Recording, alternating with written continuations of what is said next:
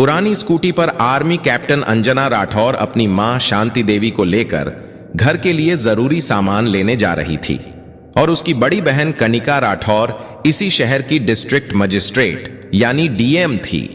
उसकी मां के चेहरे पर खुशी और गर्व दोनों साफ दिख रहे थे, क्योंकि उसकी मां शांति देवी ने अकेले ही अपनी दोनों बेटियों को पाल पोस कर इस लायक बनाया था और उसकी बड़ी बेटी कनिका राठौर को काम की वजह से घर आने का वक्त कम ही मिलता था। जैसे ही उनकी स्कूटी शहर के बाहरी इलाके की तरफ मुड़ी, आगे सड़क पर एक पुलिस बैरियर लगा हुआ था। जीप के बोनट पर पैर फैलाए, मूंछों पर ताव देता इंस्पेक्टर रमाकांत सिंधे बैठा था और रोड पर दो हवलदार सुरेश और रमेश लाठियां पटकते हुए आने जाने वालों का चालान काट रहे थे और उनसे जबरदस्ती पैसे वसूल कर रहे थे। उसी वक्त दूर से अंजना राठौर अपनी पुरानी स्कूटी पर अपनी मां शांति देवी को लेकर आ रही थी। जैसे ही उन्होंने बैरियर पार करने की कोशिश की, इंस्पेक्टर रमाकांत सिंधे ने हाथ उठाकर गरजते हुए जीप के बोनट से उतरा और कहा, ए लड़की, स्कूटी साइड में लगा, कहां भाग रही है? बहुत जल्दी है क्या? अंजना राठौर ने शांति से स्कूटी रोकी और उसके चेहरे पर कोई डर नहीं था। बोली, जी साहब, हम घर के लिए जरूरी सामान लेने जा रहे हैं। अगर कागज देखने हैं तो हमारे पास सारे कागज हैं। रमाकांत सिंधे ने उसकी ओर देखकर ठाका लगाया। ओहो, बड़ी बहादुर बन रही है। और तेरे पीछे ये बुढ़िया कौन है? कहां से आ रही है? एक हवलदार सुरेश हंसते हुए बोला, सर, जरूर कोई नाटक कर रही है। चेहरा देखो, बड़ी शरीफ बनने का ड्रामा कर रही है। दूसरे हवलदार रमेश ने और भी भद्दे अंदाज में कहा, सर, इस बुढ़िया और लड़की का तो शक्ल ही देख लो, चोरी चकारी की मास्टर लग रही है। बुढ़िया, यह शब्द अंजना राठौर के दिल में चुभ गए। उसकी आंखें लाल हो उठीं। उसने गहरी सांस लेकर जवाब दिया, जुबान संभालकर बात कीजिए, ये मेरी मां है। हमारे पास सारे कागज मौजूद हैं। आप सिर्फ अपना काम करिए। किसी के बारे में ऐसे शब्द बोलना ये पुलिस वालों के मुंह से शोभा नहीं देता। इतने में इंस्पेक्टर रमाकांत सिंधे गुस्से में आग बबूला हो गया और बोला, अबे चुप, तेरी जैसी लड़की हमें बोलना सिखाएगी? तू हमें कानून मत सिखा। हमें अच्छी तरह पता है कौन शरीफ है और कौन नहीं। निकाल कागज। अंजना राठौर ने स्कूटी की डिग्गी से लाइसेंस और कागज निकालकर इंस्पेक्टर रमाकांत सिंधे को दिए। रमाकांत सिंधे ने कागजों को बिना देखे हवा में उछाल दिया और गुर्राया, अबे मूर्ख लड़की, हमें उल्लू बना रही है। नकली कागज दिखाकर सोच रही है कि ऐसे ही निकल जाएगी। हमसे चालाकी कर रही है। अंजना राठौर को गुस्सा आ गया और बोली, सर, हमारे चालान ही काट लीजिए। इस तरह से हमारे साथ बदतमीजी मत करिए।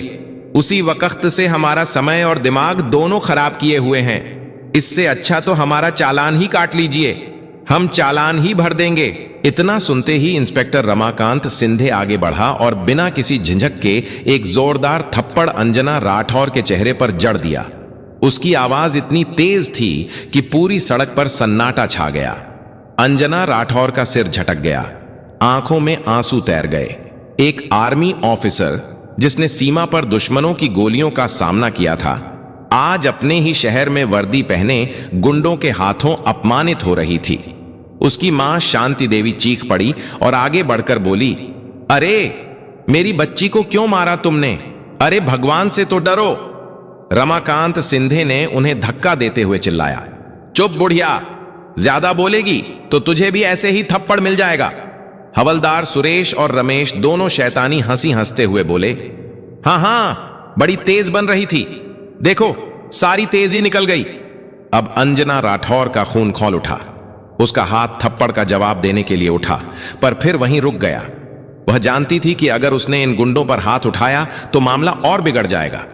उसकी आंखें अंगारों की तरह जल रही थीं, पर होंठ बंद थे। इंस्पेक्टर रमाकांत सिंधे चिल्लाते हुए बोला, इन दोनों को गाड़ी के अंदर ठूंसो और ले चलो थाने। वहां हम बताएंगे कि पुलिस की पावर क्या होती है। गुंडों की तरह तीनों पुलिसकर्मी उन्हें धक्के देकर जीप में ठूंसने लगे। सड़क पर तमाशा देखने वालों की भीड़ जमा हो गई थी। कुछ लोग मोबाइल निकालकर वीडियो बना रहे थे, पर किसी की हिम्मत नहीं हुई कि आगे बढ़कर बोल सके।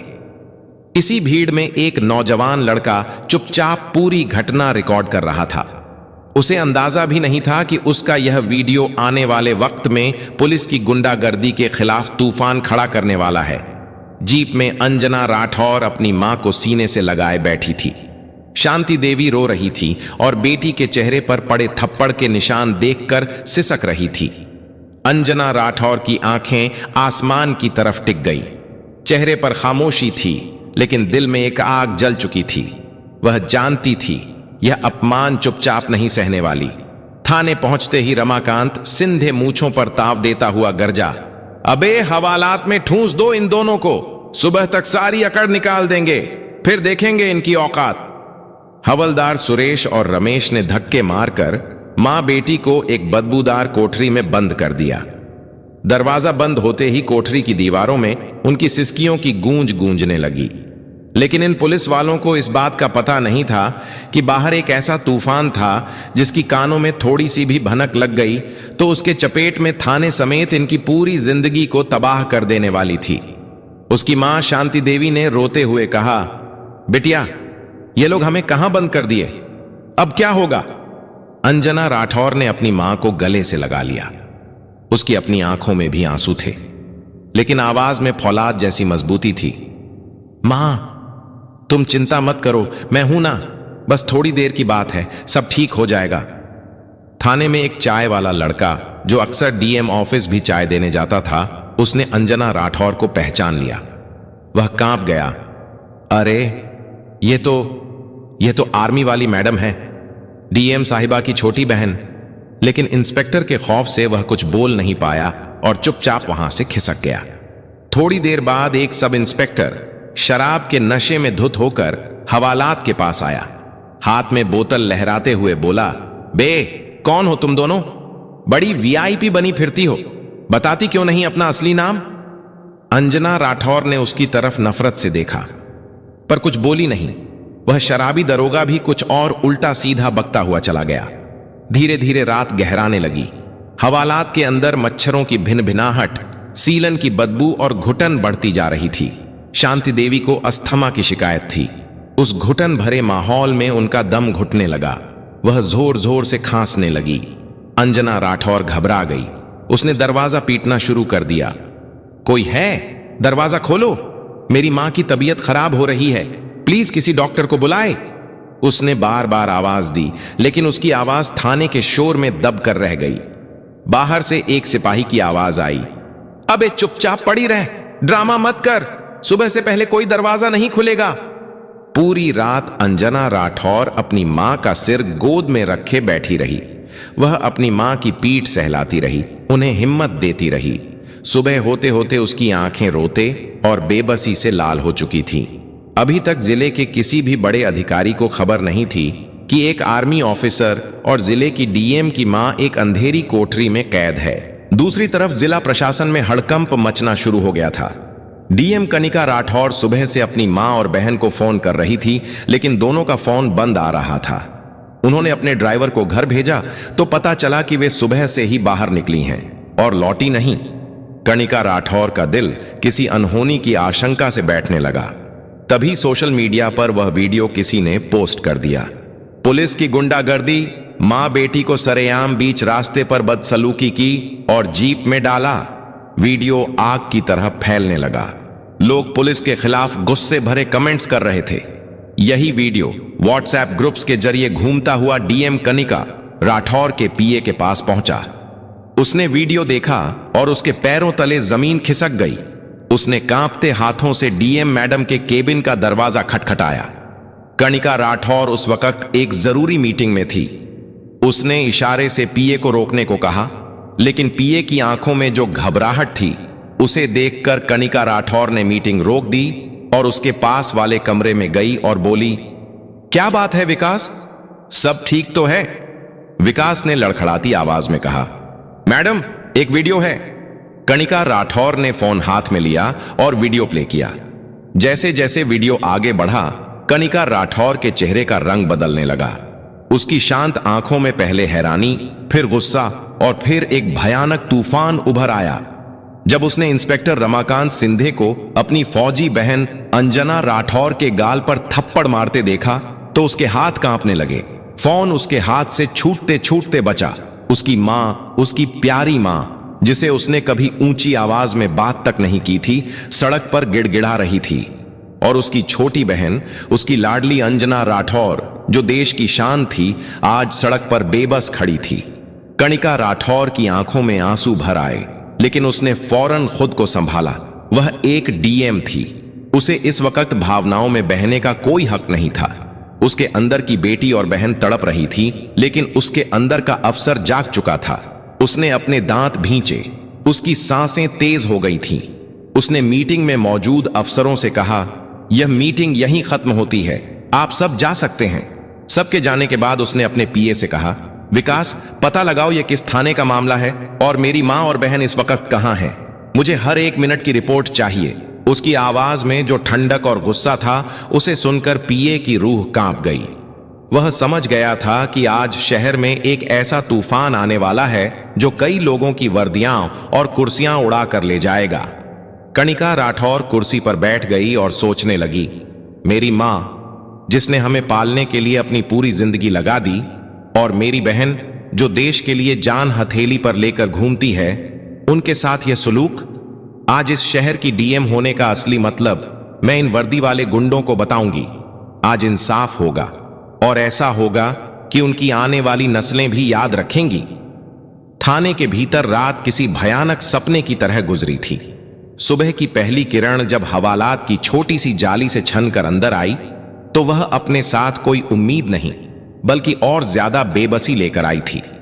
शांति देवी की हालत अब और बिगड़ चुकी थी। उनका सांस लेना मुश्किल हो रहा था और वह लगभग बेहोश थी। अंजना राठौर नीचे जमीन पर बैठी थी। उसकी गोद में उसकी मां बेहोश पड़ी थी। रात भर की मिन्नतों के बाद भी किसी ने एक गिलास पानी तक नहीं दिया था। एक सिपाही पास से गुजरा। अंजना राठौर ने फिर से हिम्मत जुटाई। भाई साहब, प्लीज एक बार डॉक्टर को बुला दीजिए, मेरी मां की जान खतरे में है। सिपाही ने नफरत भरी नजरों से उसे देखा, बोला, हम अपराधियों के लिए डॉक्टर नहीं बुलाते, मर जाए तो एक गिनती कम होगी। यह शब्द अंजना राठौर के दिल में किसी जहरीले खंजर की तरह उतर गए। उसे लगा जैसे किसी ने उसकी आत्मा पर चोट की हो। फिर भी वह चुप रही। उसकी आंखों में अब आंसू नहीं, बल्कि एक फौजी का ठंडा गुस्सा था जो ज्वालामुखी की तरह फटने का इंतजार कर रहा था। इसी बीच थाने के बाहर का माहौल बदलने लगा था। वह वायरल वीडियो अब सिर्फ शहर में नहीं, बल्कि पूरे राज्य में फैल चुका था। तमाम सोशल मीडिया प्लेटफॉर्म्स पर लोग लिख रहे थे, क्या यही है सिस्टम का असली चेहरा? अगर यह डीएम की फैमिली है तो आम आदमी का क्या होता होगा? मीडिया चैनलों को भी खबर लग चुकी थी। रिपोर्टर्स की गाड़ियां थाने के बाहर जमा होने लगी थीं। किसी को अंदर जाने की इजाजत नहीं थी, लेकिन कैमरे लगातार बाहर से हर हरकत को कैद कर रहे थे। थाने का इंस्पेक्टर रमाकांत सिंधे इस सब से बेखबर अपने ऑफिस में बैठा चाय की चुस्कियां ले रहा था। उसे लग रहा था कि उसने 2 आवारा औरतों को सबक सिखाकर बड़ा तीर मारा है। तभी उसका मोबाइल बजा। स्क्रीन पर नाम चमक रहा था, एएसपी साहब। उसने अकड़कर फोन उठाया। जय हिंद सर। दूसरी तरफ से एएसपी साहब की घबराई हुई और गुस्से से भरी आवाज आई, रमाकांत, तुम्हारे थाने में बीती रात कोई खास गिरफ्तारी हुई है क्या? इंस्पेक्टर ने सीना चौड़ा करके कहा, हां सर, 2 औरतें पकड़ी थीं, स्कूटी पर थीं, अकड़ दिखा रही थी। शक हुआ तो हवालात में डाल दिया। सुबह तक सारी गर्मी निकल जाएगी। एसपी की आवाज अब दहाड़ में बदल गई।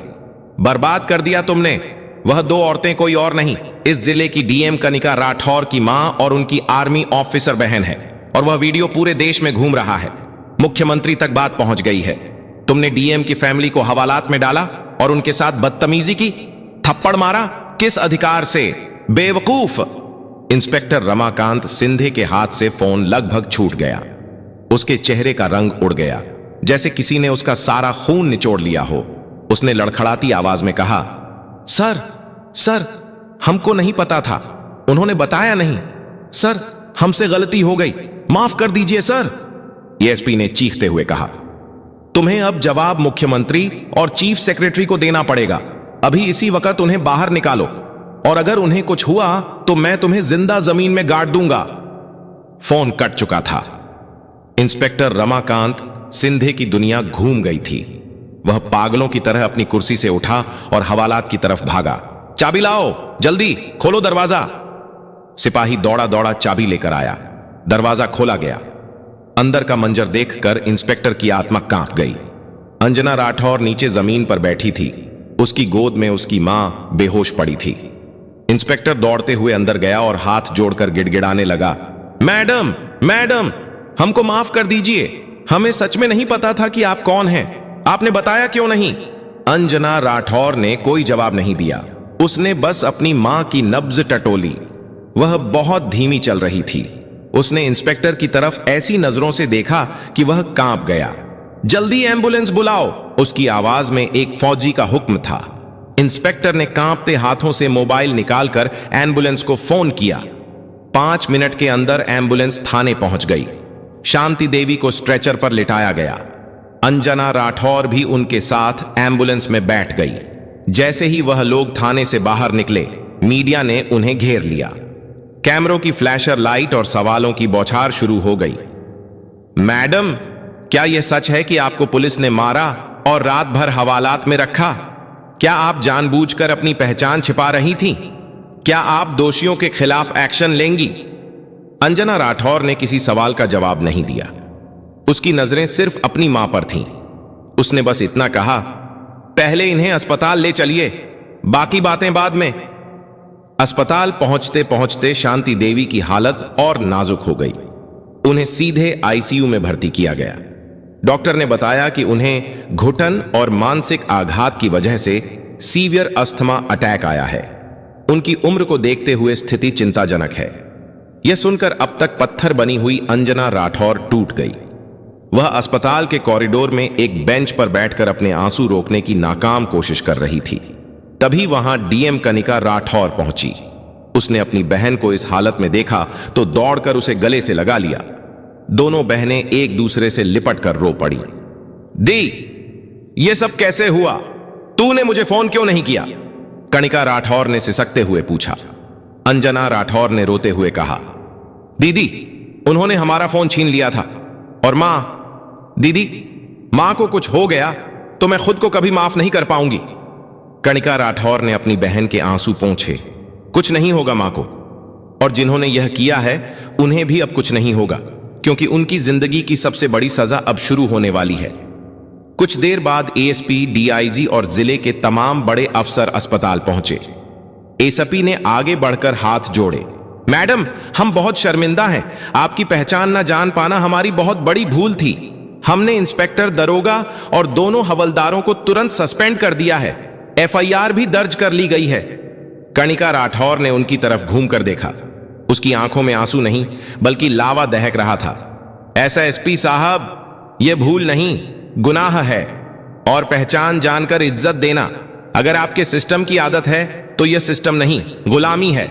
मेरी बहन ने अपनी पहचान इसलिए नहीं बताई थी ताकि वह देख सके कि आप लोग एक आम इंसान के साथ क्या करते हैं, और आज वह देख लिया।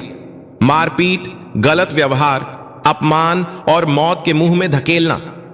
ईएसपी ने सिर झुका लिया। हमसे गलती हुई मैडम, हमें माफ कर दीजिए। कनिका राठौर की आवाज और सख्त हो गई। माफी से मेरी मां ठीक नहीं हो जाएंगी। सुधार की बात करते हैं। अब सुधार तब होगा जब आप समझेंगे कि पुलिस की ताकत वर्दी से नहीं, इंसानियत से होती है। तभी डॉक्टर ने आकर बताया कि शांति देवी की हालत अब स्थिर है, लेकिन उन्हें कुछ दिन आईसीयू में ही रखना होगा। यह सुनकर दोनों बहनों ने राहत की सांस ली। उस शाम डीएम ऑफिस में एक स्पेशल प्रेस कॉन्फ्रेंस बुलाई गई। कनिका राठौर खुद मीडिया के सामने आई और बोली, हां, यह सच है कि कल रात मेरी मां और मेरी बहन के साथ पुलिस ने बदसलूकी की। लेकिन यह कहानी सिर्फ मेरी नहीं है। यह इस जिले के हर उस आम नागरिक की कहानी है जो रोज थानों में जिल्लत झेलता है। इसलिए आज मैं सिर्फ उन पुलिस वालों के खिलाफ नहीं, बल्कि इस सड़े हुए सिस्टम के खिलाफ जंग का ऐलान करती हूं। पूरे जिले की पुलिस को अब इंसानियत और संवेदना की ट्रेनिंग दी जाएगी। हर थाने का औचक निरीक्षण होगा, और जहां भी ऐसी शिकायत मिलेगी सिर्फ सस्पेंशन नहीं, सीधी बर्खास्तगी होगी। पूरा प्रदेश सन्न था। एक डीएम जिसने अपने परिवार के अपमान को पूरे सिस्टम को सुधारने का हथियार बना लिया था। लेकिन कहानी यहीं खत्म नहीं हुई थी। कुछ लोग इस घटना से तिलमिलाए हुए थे। पुलिस महकमे में कुछ ऐसे अफसर थे जिन्हें यह सब एक नाटक लग रहा था। कुछ नेता भी परेशान थे, क्योंकि अगर सिस्टम की पोल खुली तो उनकी पक्की डीडीएच कमजोर हो सकती थी। अगले कुछ दिनों में कनिका राठौर के खिलाफ झूठी शिकायतें, दबाव और ट्रांसफर की अफवाहें फैलने लगी। क्या कनिका राठौर इन साजिशों के जाल से निकल पाएगी? क्या वह वाकई इस जंग को जीत पाएगी? यह लड़ाई अब सिर्फ एक डीएम की नहीं, बल्कि दो बहनों की थी। एक जो कानून से लड़ रही थी और दूसरी जो हर मुश्किल में उसके साथ खड़ी थी। अस्पताल के आईसीयू में हल्की नीली रोशनी फैली हुई थी। मशीनों की धीमी बीप बीप की आवाज के बीच शांति देवी लेटी हुई थी। उनके चेहरे पर ऑक्सीजन मास्क था, लेकिन अब उनकी सांसें पहले से स्थिर थीं। उनके पास बैठी कनिका राठौर और अंजना राठौर अपनी मां को खामोशी से देख रही थी। बीते 24 घंटों ने उनकी दुनिया को हिलाकर रख दिया था। एक बेटी जो पूरे जिले की मालिक थी, आज खुद को बेबस महसूस कर रही थी, और दूसरी बेटी जो देश के दुश्मनों से नहीं डरती थी, वह अपनी मां की हालत देखकर अंदर से कांप रही थी। कनिका राठौर का फोन लगातार बज रहा था। मुख्यमंत्री कार्यालय, मुख्य सचिव, मानवाधिकार आयोग, हर बड़ी जगह से कॉल्स आ रहे थे, लेकिन कनिका राठौर ने किसी का फोन नहीं उठाया। उसने अपने पीए को सख्त हिदायत दी थी कि जब तक वह न कहे, कोई भी ऑफिस का काम उस तक ना लाया जाए। उधर शहर में एक भूचाल आया हुआ था। वायरल वीडियो और डीएम की प्रेस कॉन्फ्रेंस की खबरें आग की तरह फैल चुकी थीं। लोग सड़कों पर उतर आए थे। हम सब डीएम के साथ हैं, पुलिस की तानाशाही नहीं चलेगी, जैसे नारे गूंज रहे थे। मीडिया चैनलों पर गर्मा गर्म बहस चल रही थी। कुछ पत्रकार इसे कनिका राठौर का एक साहसी कदम बता रहे थे, तो कुछ आलोचक इसे सहानुभूति बटोरने का ड्रामा कह रहे थे। कनिका राठौर के विरोधी भी सक्रिय हो गए थे। शहर के एक दबंग विधायक बलवंत राय, जिसकी कई गैर कानूनी गतिविधियों पर इंस्पेक्टर रमाकांत सिंधे जैसे पुलिस वाले पर्दा डालते थे, ने प्रेस में बयान दिया, यह सब एक सोची समझी नौटंकी है। अफसरशाही अब नाटक करके जनता को बेवकूफ बना रही है। हम गृह मंत्रालय से इसकी उच्च स्तरीय जांच की मांग करेंगे। राजनीतिक गलियारों में यह मामला अब प्रशासनिक से ज्यादा राजनीतिक बनता जा रहा था। राजधानी में एक हाई लेवल मीटिंग बुलाई गई, जिसमें कनिका राठौर के इस कदम पर चर्चा हुई। कुछ बड़े अफसरों ने कहा, अगर हर अफसर ऐसे ही आम जनता बनकर सिस्टम की पोल खोलने लगेगा तो फिर सिस्टम चलाएगा कौन? लेकिन वहीं कुछ ईमानदार अफसरों ने कनिका राठौर का समर्थन भी किया। अगर डीएम मैडम ने यह कदम ना उठाया होता तो थानों में चल रही यह अंधेर गर्दी कभी सामने ना आती। इन सबके बीच इंस्पेक्टर रमाकांत सिंधे, शराबी दरोगा और दोनों हवलदारों को सस्पेंड कर दिया गया था। लेकिन अब साजिशें पर्दे के पीछे से रची जा रही थीं। रात को जब कनिका राठौर अस्पताल से बाहर निकली तो मीडिया ने उसे घेर लिया। मैडम, क्या आपका ट्रांसफर किया जा रहा है? क्या आपको किसी से धमकी मिल रही है? कनिका राठौर ने रुककर सिर्फ इतना कहा, मुझे ना पद की चिंता है ना ट्रांसफर की। अगर मेरे ट्रांसफर से सिस्टम में सुधार होता है तो मैं 10 बार ट्रांसफर झेलने को तैयार हूं, लेकिन मेरी मां जैसी हर मां को इंसाफ मिलना चाहिए। उस रात कनिका राठौर अपने सरकारी बंगले पर नहीं गई। वह सीधे डिस्ट्रिक्ट कंट्रोल रूम पहुंची। वहां उसने अपनी आईटी टीम को बुलाया और कहा, मुझे जिले के हर थाने की पिछले 6 महीने की शिकायतों की पूरी रिपोर्ट चाहिए।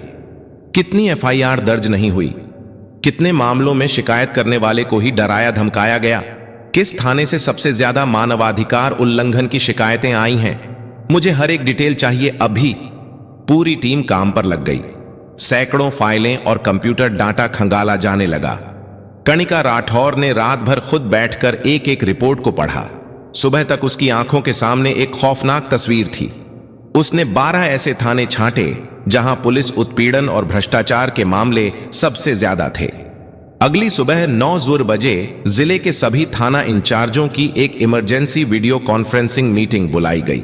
जब कनिका राठौर स्क्रीन पर आई तो उसकी आंखों में नींद नहीं थी, लेकिन एक अजीब सा तेज था। मैं जानती हूं आप सब मेरी घटना से हैरान हैं, लेकिन यह मेरा व्यक्तिगत अपमान नहीं था। यह उस सिस्टम का असली चेहरा था जिसे आप सब चलाते हैं। आज से हर थाने को अपनी शिकायतों का रिकॉर्ड पब्लिक करना होगा। और हर 15 दिन में हर थाने में जन सुनवाई होगी, जिसमें मैं खुद मौजूद रहूंगी। कुछ थाना इंचार्ज असहज हो गए। एक ने हिम्मत करके कहा, मैडम, इससे तो हमारे कर्मचारियों का मनोबल टूटेगा। कणिका राठौर ने तीखी नजरों से उसे देखा। अगर अन्याय करने से मनोबल बनता है तो ऐसे मनोबल को तोड़ना ही बेहतर है।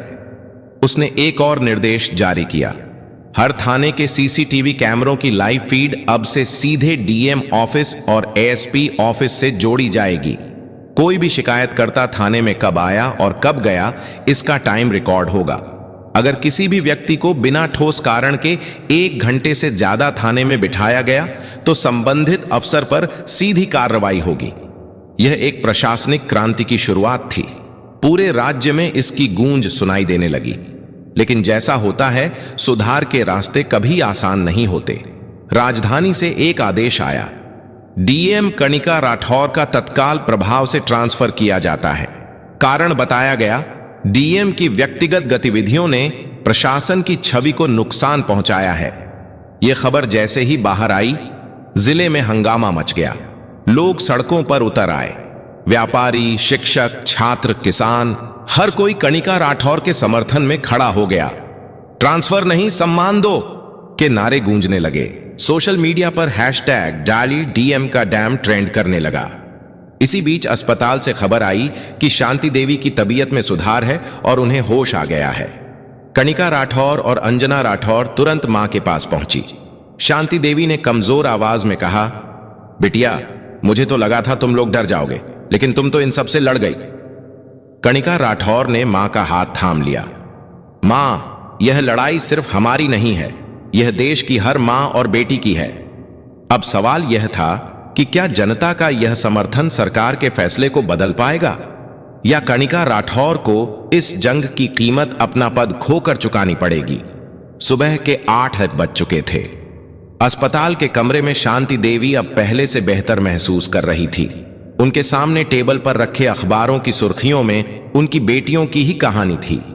लेकिन कणिका राठौर के हाथ में जो कागज था, वह किसी अखबार की कटिंग नहीं, बल्कि उसके ट्रांसफर ऑर्डर की कॉपी थी। श्रीमान जिला अधिकारी को तत्काल प्रभाव से स्थानांतरित किया जाता है।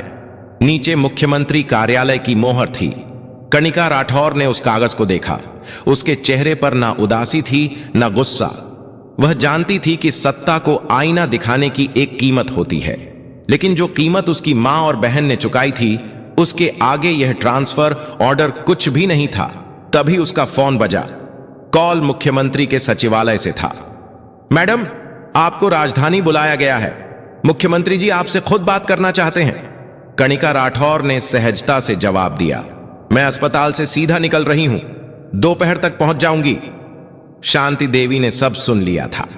उन्होंने बेटी का हाथ पकड़कर कहा, बेटा, तूने जो किया है उस पर मुझे गर्व है। तेरी चुप्पी ने इन बाहरों को आवाज सुनाई है। चाहे तू कहीं भी रहे, बस न्याय के लिए ऐसे ही खड़ी रहना। कणिका राठौर ने मां के पैर छुए और राजधानी के लिए निकल पड़ी। रास्ते भर उसकी आंखों के सामने वही मंजर घूम रहा था। हवलदार का उठता हुआ हाथ, मां की चीख और हवालात का वह अंधेरा। राजधानी पहुंचते ही उसे मुख्यमंत्री सचिवालय ले जाया गया। मुख्यमंत्री एक अनुभवी नेता थे। उन्होंने कणिका राठौर को देखते ही कहा, आपने जो किया वह असाधारण है, लेकिन आपके कदम ने 2 चुनौतियां खड़ी कर दी हैं। एक तरफ जनता का विश्वास आप पर बढ़ा है, तो दूसरी तरफ पूरी पुलिस फोर्स में खलबली मची हुई है। मैं बस चाहता हूं कि आप एक बार पब्लिक में यह कहें कि आपका मकसद किसी को नीचा दिखाना नहीं, बल्कि सिस्टम में सुधार लाना था। कणिका राठौर ने शांत स्वर में कहा, सर, मैं यह बात पहले भी कह चुकी हूं। मेरा कदम किसी को शर्मिंदा करने के लिए नहीं, बल्कि सच्चाई को सामने लाने के लिए था। अगर आप चाहें तो मैं फिर से जनता को संबोधित करने के लिए तैयार हूं। मुख्यमंत्री बोले, बहुत अच्छा, आज शाम को ही एक प्रेस कॉन्फ्रेंस रखी गई है, और हां, आपके ट्रांसफर पर भी हम दोबारा विचार कर रहे हैं। शाम को शहर के सबसे बड़े सभागार में हजारों की भीड़ थी। मीडिया, मंत्री, अफसर और आम जनता, हर कोई वहां मौजूद था। मंच पर कणिका राठौर अकेली खड़ी थी। उसने माइक उठाया और बोलना शुरू किया, मैं कोई हीरो नहीं हूं, मैं बस एक अफसर हूं जो खुद से एक सवाल करती है, क्या मैं वही कर रही हूं जिसकी उम्मीद संविधान ने मुझसे की है? उस एक घटना ने मेरी आंखें खोल दी।